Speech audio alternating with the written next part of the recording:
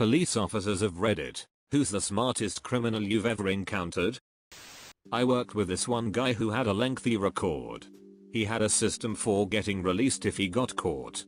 After committing a crime, if the police were in pursuit and he knew he was about to be cornered, he would act insane. His girl would play along with it, telling the police that he was off his medication. The police would arrest him, but then send him to a mental ward with papers instructing the ward to release to police once he was cleared. Once he was in the mental ward, he would cause a distraction that would make the person attending the desk with the file cabinet to leave said cabinet. He would then crawl to the file cabinet, look for his release to police papers, and then would literally eat the papers. When the psych evaluators decided that he was stable enough to be released, there would be no instructions to send him to the police, and he would be released to the general public. He did this about 10 times until police officers noticed him back on the streets. This stunt forced the state to change their procedure for detaining mentally unstable suspects. My favorite was the guy who stole a post office mailbox off the street, repainted it, and then put it next to the night deposit box at a bank, and hung an out of order sign on the deposit box. All the businesses came along and dropped off their deposits in the mailbox. A guy I went to high school had been stealing from Walmart in a pretty clever way. He would grab video games, MP3 players, beer, etc., and throw them away in a trash can in the garden section. The workers never checked the trash contents, and he would just wait, sometimes 5 hours until they emptied the trash in the back dumpster, and hop in to get his items.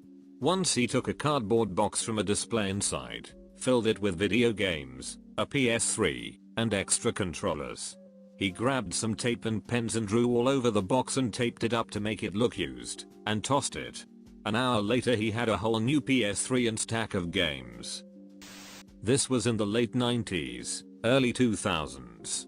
A guy in my dorm came to school solely to deal drugs. He took out student loans, registered for a bunch of 300-person freshman survey courses, where he would never be missed, then literally never went to class. All he did was go to raves and concerts and keggers and sell party drugs. After the first semester, he was suspended. He wrote the usual, "I was young and dumb and in over my head" sob story, and got put on probation for a semester. So he had a repeat of the full. At the end of the year, he was kicked out, and didn't care. He made something on the order of $150,000, in return for about $8,000 in student loans to cover a year of housing and tuition. So far as I know, he was never caught. It may have been a short-sighted maneuver in the long run, but in the short run it seemed fairly genius to effectively use federal loans to start your drug business. I'm not a cop, but I worked crime scene. This guy had attached GPS to the bottom of people's cars who owned houses he wanted to rob. He did it to ensure they wouldn't be showing up while he was ransacking the place. I heard about one person that pulled a shoplifting scam on a large, popular and well-known US retail store. They walked in with some cheap nylon product to get one of those "I walked in with this" stickers they used to put on returning merchandise. The sticker easily peeled off the product undamaged. They walked to the electronics department, grabbed an expensive box off the shelf, and went to customer service.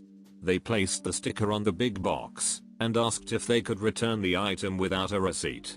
Unfortunately, no. Not without the original receipt.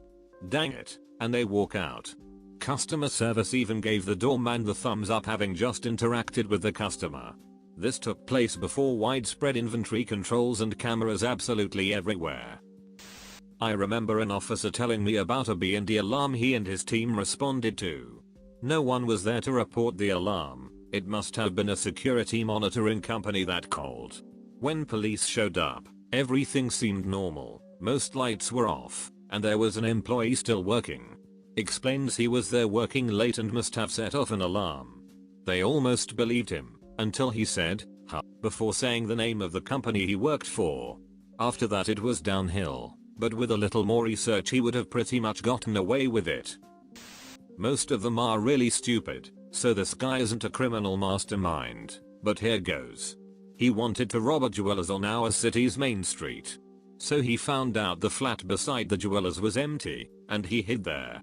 For 2 weeks he triggered the alarm on purpose several times a night, Massive headache for the police and the business. We turned up to see nothing there, nothing on cameras, thought it was just a fluke. So the jewelers turned off the alarm system and said they'd wait until the morning to get a new one installed, or that one rewired, because something wasn't right.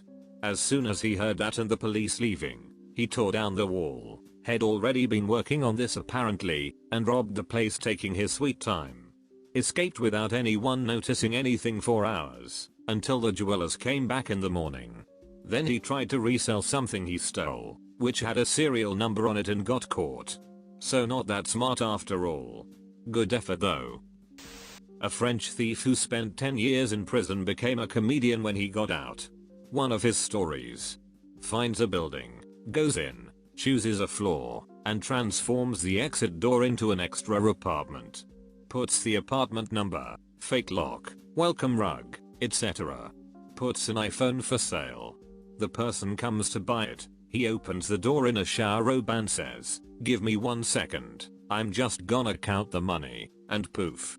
He's gone from the exit stairs. A friend of my brother moved to Israel where for a period of time it was / acceptable to drive with an American driver's license. He was pulled over for speeding, and when asked for his license, gave the officer his Costco card. Costco is a membership-based retail warehouse in the US and a few other countries. The exchange apparently went something like this. "Officer, Costco? What is Costco?" "Friend, it's the state I'm from." "Officer, that sounds made up." "Friend, there are lots of states you probably haven't heard of. Have you heard of Arkansas? How about Idaho?" "Officer, I guess not." "Friend, well I'm from the small state of Costco." The officer didn't have a response and wound up writing the ticket to someone with a Costco driver's license. Friend framed the ticket and still has it hanging on his wall. Reminds me of a family friend of mine. Very funny Australian with an absolutely horrendous bogan accent. Well, late 80s he's driving through Texas and runs a red light, and is immediately pulled over by a 250-pound Texan police officer with an equally horrendous accent. The way the story goes, this man is obviously not the brightest chap. So our friend, when asked about running the red light, gets very apologetic and explains that he gets easily confused, because in Australia you know how things are reversed down there. Red means go and green means stop. The cop actually let this man go with a warning. I did not know that. Well, in America, red means stop, so don't make this mistake again. One guy would print barcodes, bring them into Home Depot and stick them on merchandise in the $100 range. When scanned, the items came up around the $10 range. Putting random barcodes on things isn't really illegal and super hard to notice. Guy 2 would come in an hour later and buy the underpriced stuff. Complete plausible deniability. They would then sell the stuff on eBay. Only reason they got caught is because the guy with the barcode printer / software cut the second guy out of the operation. So guy 2 stole a bunch of barcodes, put them on the merchandise and paid for it immediately afterwards. He then proceeded to rat on the first guy, and spilled the beans. They had been doing this on a weekly basis for over 4 years. Because we could only pin the one case on him, the burglary was dropped down to petty theft, and he walked away with a few days in county and a small fine. Dude probably took Home Depot for tens of thousands over the years. Guy I went to high school with kept selling this gold necklace under a fake ID to jewelry stores. When he had cash in his hand from the sale, he'd flash a real looking airsoft gun and demand the necklace back. Worked about twice until the third guy knew what the deal was if someone tried selling this one particular necklace. Shop owner went in the back to reference an appraisal book, and just called the cops. Funny part was he got like a year for the robberies, but using the fake gun added 5 years to the sentence. Probably someone who committed a crime I never solved. With that being said, I had a guy use a sledgehammer to smash his way through a wall at a Best Buy and steal a bunch of phones and cameras. He was smart enough to wear gloves and a face mask, and not touch anything he didn't have to. Alarms didn't go off until he exited out the back door, which the alarm company gets after a minute or two, and takes them like 3-4 minutes to call into us, giving him a good 5-minute head start. So he was probably a few miles away before we got dispatched to it. He clearly scoped out the area before doing his deed too. Smart dude. Edit. So part of the building was built into a hill, so the hole was on the backside of the building along the grade line. But when you're inside the building, it was about 8 feet up, so it was easier for him to leave out a door. Also the wall section where he broke through was hollow cement block. The portion of the wall below that was poured concrete. Not a police officer, but was an RA in college. My university owned all the houses adjacent to campus. These were unlike dorms, with RA and the same rules, which included a very strict no alcohol policy. It was a privilege to live in the houses, and priority was given to upperclassmen who were more likely to bend that rule, because they were of age and it was harder to police off campus in houses. There was a student who went around knocking on doors saying something like, "I'm an RA and housing director's name sent me for health and wellness checks." She'd find their booths, take it, and follow up with how she's doing them a favor by just giving them a warning. She wasn't actually an RA, and was just keeping the booze for herself. The only reason she got found out was because she did it to an actual RA.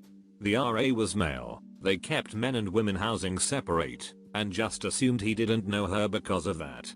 It was only later he questioned why they had a female doing wellness checks on male housing. They did an investigation and asked other residents. Incidents dated back previous 2 years. Never found out who it was. Here's one. I knew this guy back in the early 80s. Let's call him Jim.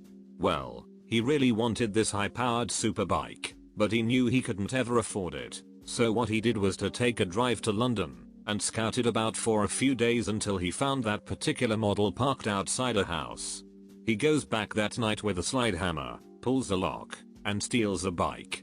He gets it home, puts it in his garage and completely strips it, so that the only thing left is the frame and the bottom half of the engine, which he drags into the weeds at the bottom of his garden. Then he pours fuel over it and burns it a bit. A few weeks pass, and weeds have started growing over it.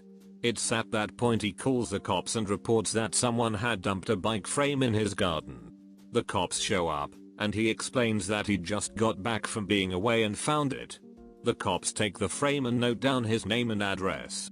A few days later, the cops call him and say that the bike had been stolen from London a month or so ago, from the serial number on the bottom half of the engine and frame, and that the insurance company had classed the bike as a write-off, and had told the cops to dispose of it. Now, because the frame was found in his garden, and the insurance company didn't want it, the cops were duty-bound to ask him if he wanted to keep it, or if they should throw it. So he tells them that he'd always wanted to build a bike. He gets the frame back from them, repaints it, then puts it all back together and re-registers it as a Q-Reg, stolen and recovered. I forgot to call him Jim, didn't I? Same thing as the computer rooms. Guys would cut the power to electrical stations, damage the wiring, then hide waiting for the cops to show up. Once the owners of the buildings came, they would shut off the power because of the unsafe wiring that would have to be repaired in the morning. Everyone would leave for the night, then they would cut away all the non-powered wiring to get the copper.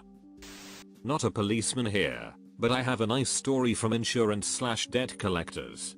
There was this guy who was already in heaps of debt. Like more than a lifetime's worth of debt. He proceeded to file several police reports for identity theft, up to the point that he got protected from financial checkups. It was a temporary measure that were given to repeated identity theft victims. At the same time he had reported fake income to the IRS for the last couple of years, to between 40 to 60 millions depending on the year. So when he applied for credit cards and loans, they were unable to check his financial credit, due to the identity theft protection, but they checked his tax returns which showed he had a massive income. Got his loans and credit cards, emptied them out and left the country.